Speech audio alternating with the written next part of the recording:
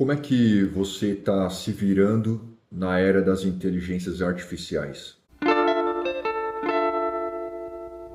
Falar sobre inteligência artificial é um tema polêmico, sensível, até porque é algo muito novo. Essas tecnologias faziam parte apenas do imaginário da humanidade. O ser humano sempre gostou de imaginar uma inteligência super-humana, sobre-humana, e hoje a gente está sendo atravessado por isso. A gente não consegue nem conceber, a gente não consegue ter noção, a dimensão da transformação que a gente está passando hoje. Uma coisa a gente pode ter certeza: como sempre, a classe trabalhadora é quem vai sofrer as duras consequências dessa grande mudança tecnológica. A gente não tem ideia de como isso vai impactar a economia, a sociedade como um todo, os meios de produção. Mas uma coisa que a gente pode fazer que está ao nosso alcance é poder falar sobre isso, é debater sobre isso. A gente já pode ser considerado privilegiado, porque embora a gente não saiba o destino disso tudo, o nosso destino como ser humano, como sociedade, a gente pode falar sobre isso e de algum modo se preparar, tentar entender como isso funciona na raiz, tentar debater como a gente está fazendo aqui. Eu resolvi então trazer aqui pra gente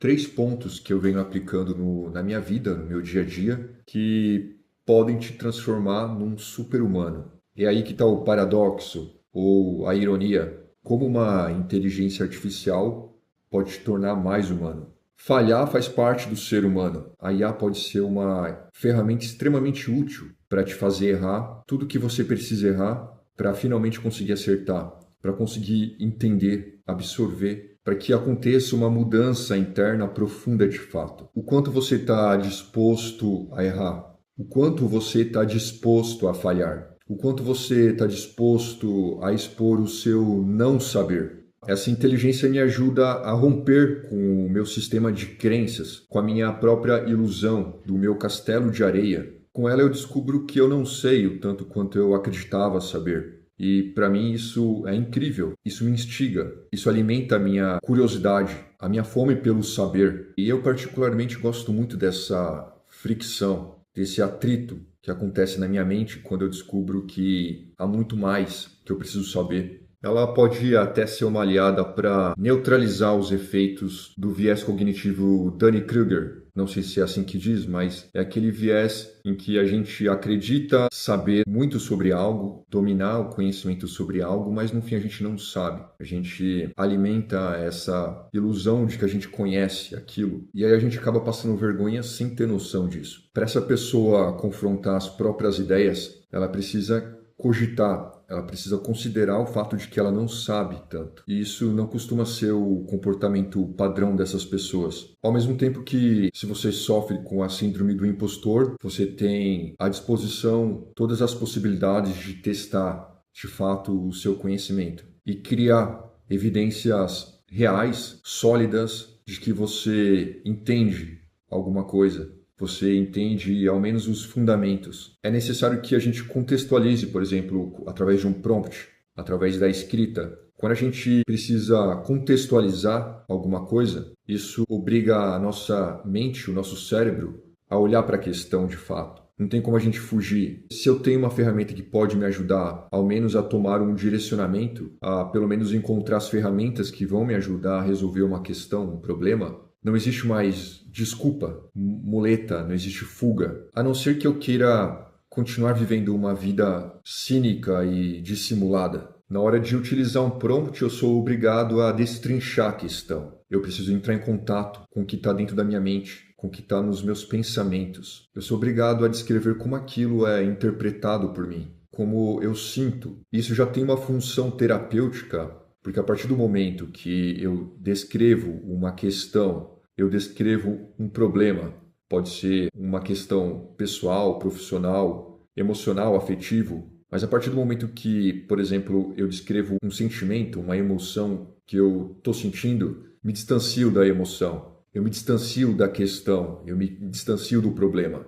Quando eu descrevo algo, eu não sou mais esse algo. Uma ferramenta de IA está preparada para receber as minhas perguntas. E para algumas pessoas, ou para a grande maioria, algumas perguntas podem incomodar. Uma simples pergunta pode demolir um castelo de areia. A maioria das pessoas querem se manter sonâmbulas ou adormecidas e elas vão fazer de tudo para se manter nesse estado. Eu, por exemplo, gosto muito de perguntas existenciais, perguntas espirituais. Eu gosto de questionar e ser questionado sobre a questão da consciência, da vida, da existência, do ser. Mas a maioria das pessoas não está muito bem interessada nisso. Já com a IA eu posso ir muito além. Um outro ponto importante é a capacidade de ter mais calma. Conversando com uma IA eu posso falar na minha velocidade de tempo, eu posso errar, eu posso falar coisas que não fazem nenhum sentido, ou eu posso falar algo que faz extremamente sentido para mim, mas que às vezes eu não sei exatamente explicar, ou tenho certeza que quem ouvir não vai entender porque não tem as referências que eu estou utilizando, não tem a visão, não tem a perspectiva, não tem a vivência, e aí essa pessoa provavelmente não vai poder me desafiar